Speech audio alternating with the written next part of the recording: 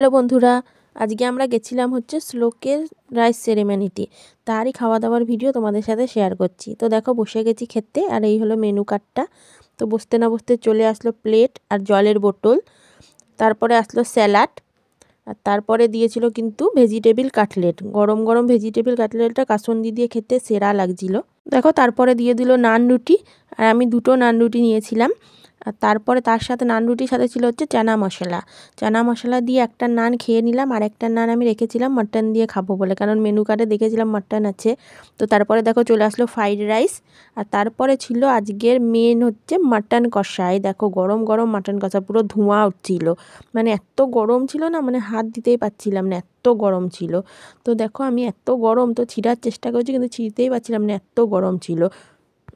তো তারপরে দেখো অনেক কষ্ট করে ছিঁড়ে মাটনটা ছিঁড়ে তারপরে নানটার সাথে নিয়ে জাস্ট মুখে দিলাম, জাস্ট ফাটাফাটি লাগছিল, ফাটাফাটি।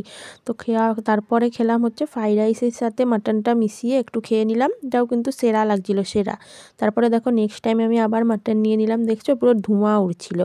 আর তারপরে মাটন আর ফ্রাইড রাইস খেতে খেতেই চলে আসলো হলো চাটনি আর পাঁপড়। এরপরে কিন্তু মিষ্টিও ছিল, আমি মিষ্টি খাই না তাই মিষ্টিটা আমি নেইনি।